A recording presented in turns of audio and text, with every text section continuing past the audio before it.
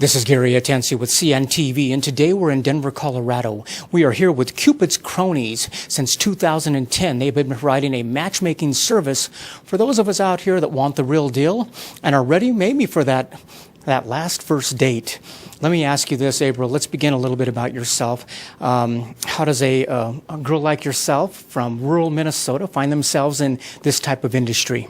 Well, I have always been one to introduce people to others, and whether it was for a romantic type relationship or maybe a business or just friendship, I would meet people and could see that they had potential to maybe connect well with someone else that I knew. So I would make introductions all the time and really just enjoyed getting to know people. So it came really naturally for me to progress in doing it professionally.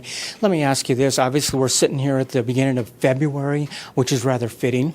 This is the month that basically Valentine's is a night when people are out there celebrating, finding the one, or possibly spending the night alone.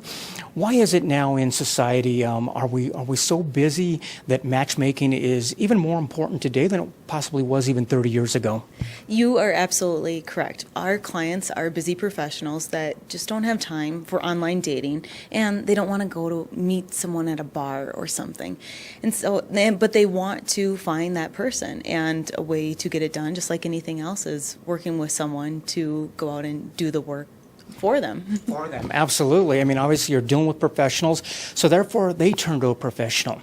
Matchmaking services are out there, different models on each one of them. How does your model compare, and how does it differ for some of us consumers that basically don't have the time to compare them? Well, first of all, we aren't a dating site. A lot of people get that confused. And what we do is we get to know our clients. We sit down with them and really understand who they are. So we're essentially their recruiter, their personal recruiter, because we'll go and find the person that's the right fit for them. And we have a free database that anyone can join and be considered as that match to our clients. Whereas a lot of services will charge both individuals, so then you're only limited to that small pool of people to be able to be matched with, and the likelihood of the one being in that small pool, it seems, to me, I think it's pretty small. So that's why we wanted to open it up to anyone and everyone to be considered. And I never leave a Starbucks or the gym or a networking event without handing out my business card to at least one person. So it's all about a network and expanding it. And other people have referred many people to me as well. Sure. So it's all about who you know and who they know. So definitely you're increasing the chances with the supply and demand here. You've got a larger pool there. Obviously, we live in the information age. We expect a lot of information just at our fingertips, 24 hours a day, 7 days a week. Do you find that people are needing help in communicating the package that they're offering to the public?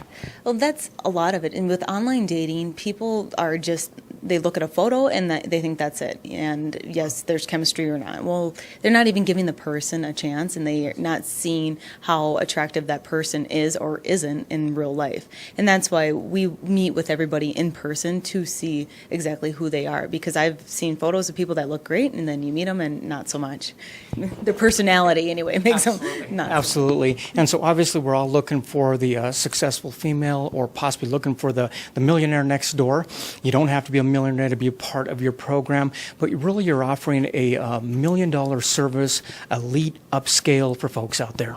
Right. It's more of a white glove type service, if you will, because we don't just put people on a bunch of dates. We actually will take the time and meet with a lot of people before we choose the one that's right for our clients. And not only that, but we're making sure that our clients are in a good place before we set them up on a date.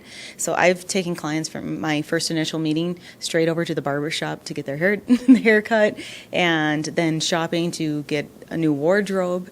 And I even shop the clearance racks if they want to make sure they get a good deal on everything. So it's about putting their best foot forward. And then from there, that's just kind of the superficial exterior things. But there's a lot of people have either, maybe they are divorced, they've been married for 30 years, now they're newly out on the dating scene, I want to make sure that they're prepared and they know what they're doing when they do go out on that first date that I set them up on. So you're really customizing that advice based on where they are at in their lives. You're more than a matchmaking service because you've got supplement services. One of those is coaching, dating coaching. What do people get from dating coaching? Obviously, we get coaches for our backswing and our golf, and yet this is something that would really matter down the line. You know, it really depends on the client and what they're looking for and where they may need some help. But we're all certified life coaches, and we use those types of tools and then apply them to dating. And you know, sometimes people just want to learn how to connect, and maybe they want to build their confidence, or I can see that they need to build their confidence, and there's different exercises and tasks that I can do with them to help them to improve their confidence, because it's not just the physical exterior things that I talked about. There's several different layers, and there's different things that we can do to help to build them up. And it doesn't just affect their love life, but also their professional life too. And so that may be something that we could work on as well. Wonderful. And so obviously you can get some great one-on-one coaching, learn some great advice, but you guys even go a step further. We're talking about the coach being able to come out possibly on a date as a great wingman or a wingwoman. Is that something as well? Well, what we do is we go into a social environment with our clients, and we'll help them to basically just break the ice and start talking to people. I may go, well, for example, I just did an event down in Florida where I walked into this bar restaurant with a client of mine, and it was a gentleman, and there were only 2 other women, single women in that place. The rest were all with a bunch of guys.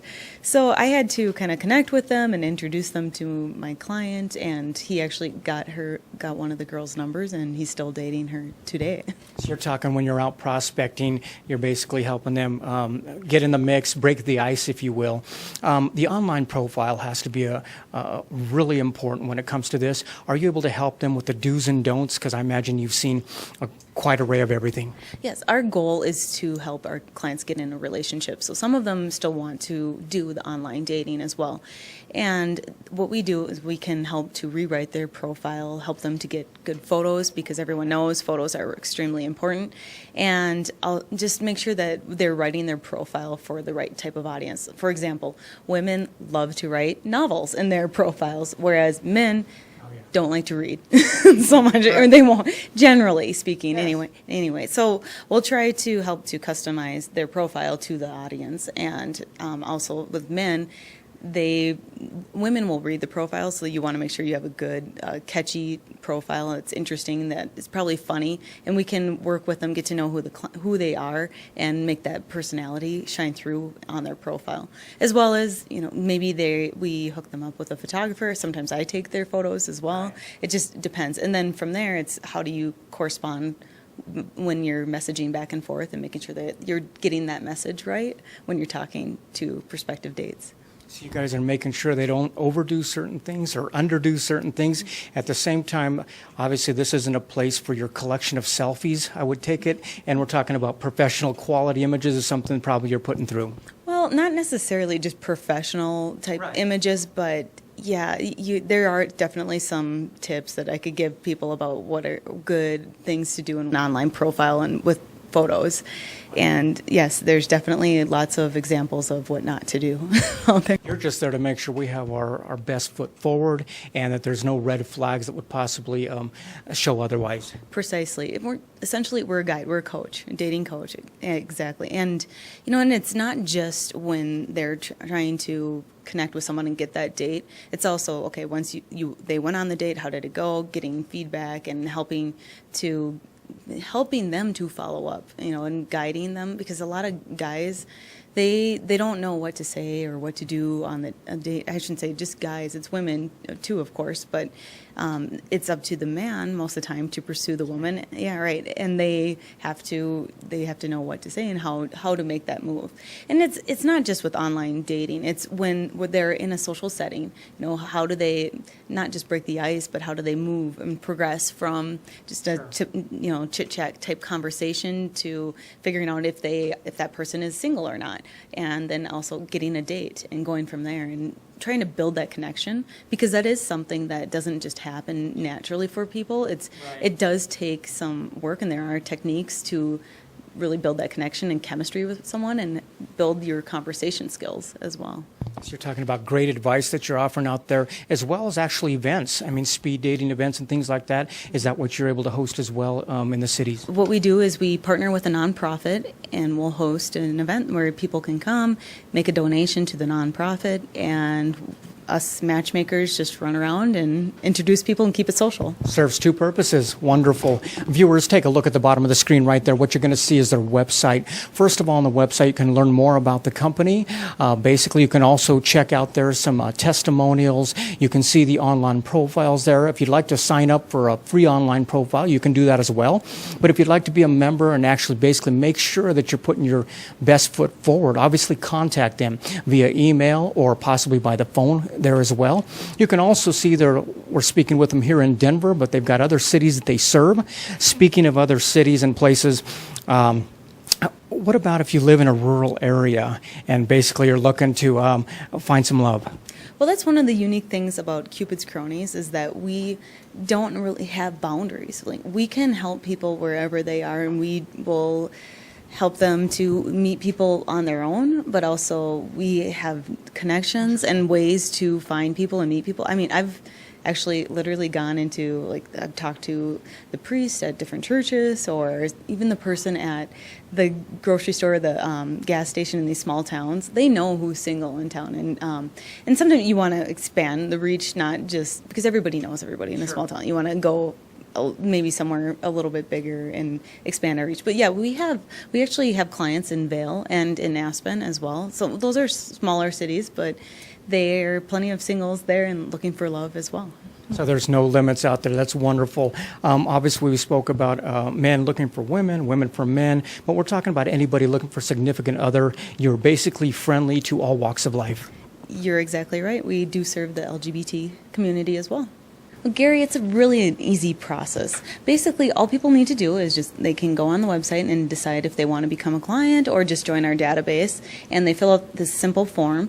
And then if they do decide they want to become a client, what we'll do is we'll meet with them in person, sit down. We have an in-depth interview so we can really get to know them and understand who they're looking for in the future. And so then what we want to really understand what their values are, and therefore it will help us to determine who would be a good complement to them. Because just because two people have maybe their hobbies in common, if they both like to ski, for instance, that doesn't make for a good match, right? We need to look a little bit further behind the superficial things and understand people's values, what is important to them, family, all those things. Because a lot of people have kids too and are divorced, and so we had to think about all those different dynamics. And then what we do is we go into our database. As a matchmaker, I'll filter through, look for people that might be a potential match, and those are all the people that said they just want to join the database. And when I identify some people that I think might look like a good fit, I'll interview them in person too. We sit down, grab a cup of coffee. It's really simple, painless, and we talk about their love life. And from there, I'll select who is a good fit for them. We actually plan the date as well, and so they just have to show up. We try to get people to do something on the date, so it's not just your typical lunch or dinner date where you're sitting across the table. Oh, right, it's super awkward. So I try to get people to maybe just grab a coffee and go for a walk, or bowling or dancing, whatever. It depends on the couple, of course, right? And then we'll get feedback afterwards, and that feedback then I can take to help to coach my client if necessary afterwards, or the idea is they will exchange numbers on the date and go from there. Wonderful. Like you said, you began doing this basically more like a hobby. It was something you always found yourself doing. You're now doing this professionally. Do you still enjoy it? Is it a lot of fun? It's a blast. I love getting to know people and understanding, their story, and it's so interesting. Wonderful. Viewers, last time, take a look at the bottom of the screen right there. What you're going to see is their contact information as well as their website. And on the website, first of all, you can get some great tips. Pull down the tab there. There's some great tips for men as well as from some women. But we're talking about making sure you put your best foot forward. And we're talking about a success rate in the upwards of 90% that they can put you in the right direction with somebody that you're going to enjoy, and basically quit looking for the right one, but get out and start living your happily ever after. This is Gary Atensi with CNTV, and if you don't know, now you know.